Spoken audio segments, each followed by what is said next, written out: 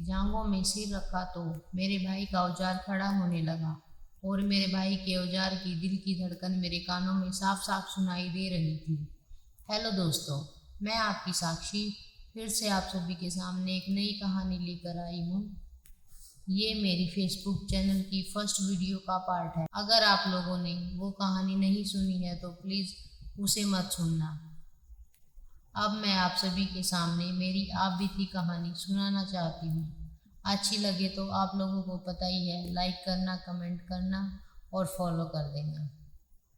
एक वक्त की बात है जब मेरे घर में मैं और मेरी छोटी बहन, जिसकी उम्र 16 वर्ष है, और मेरा छोटा भाई जिसकी उम्र 19 वर्ष की है, और मेरी उम्र 22 वर्ष की है, और मेरी मम्मी थी जो कि 40 वर्ष की थी। पापा की डेथ 2 साल पहले ही हो गई थी। अब घर में कोई और कमाने वाला नहीं था। तब मैंने जॉब के लिए अप्लाई किया और मेरा सेंटर इलाहाबाद आ गया। तब मैंने और मेरे भाई ने 3rd AC कोच में 2 टिकटें ली। वो भी RAC थी। खुदा ना खास्ता अलग अलग जगह न होने के बावजूद एक ही सीट हो गई। उस टाइम दिसंबर का महीना चल रहा था। मैंने और मेरे भाई ने दिल्ली से ट्रेन पकड़ी जो कि 7 बजे के टाइम पर थी। ट्रेन दिल्ली से इलाहाबाद की तरफ रवाना हो गई और मेरे सामने वाली सीट पर एक बुजुर्ग और उसका बेटा बैठा था जिसकी उम्र लगभग मेरे ही आसपास थी। वह नीचे नीचे मेरी तरफ देख रहा था।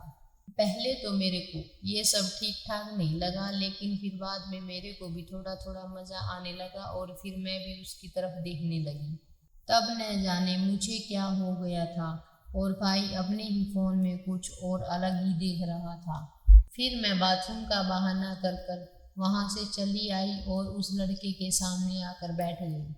तब हम दोनों एक दूसरे के साथ में बातें करने लग गए और फिर हमारे बीच में हल्की हल्की रोमांटिक बातें शुरू हो गई। फिर उसने मुझे बताया कि मेरे ऊपर वाली सीट खाली है और तुम आकर रात में उस पर सो जाना। ये सब सोचकर मेरे मन में रोमांस की उमंग जगने लगी।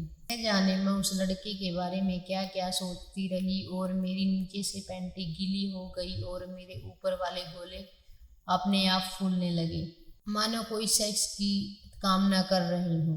कुछ देर बाद मैं अपनी सीट पे वापस चली गई। तब टाइम 9 PM के करीब हुआ था। फिर उस लड़के के पापा के पास किसी का फोन आया और वो अगले स्टॉप पर उतर गए। तब मेरे सारे अरमान धरे के धरे रह गए। फिर मैंने अपने आप को संभाला और मैं अपने भाई के साथ बातें करने लग गई। तब रात के 11 बज गए थे और ट्रेन धीरे धीरे अपनी मंजिल की ओर बढ़ रही थी। फिर थोड़ा टाइम और हो गया। न तो मुझे नींद आ रही थी और न ही मेरे भाई को नींद आ रही थी।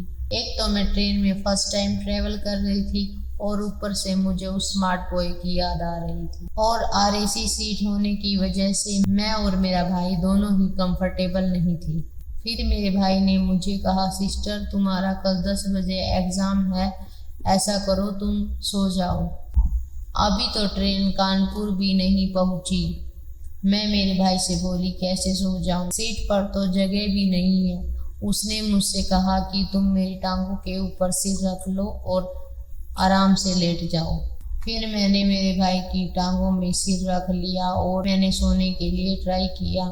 फिर मुझे उस स्मार्ट बॉय की डट डट के याद आ रही थी। फिर मुझे एहसास हुआ कि मेरे सिर के नीचे कुछ रड़क रहा है। फिर मुझे लगने लगा कि कुछ तो गड़बड़ है। फिर मैंने करवट के बहाने अपने सिर के नीचे हाथ दे दिया।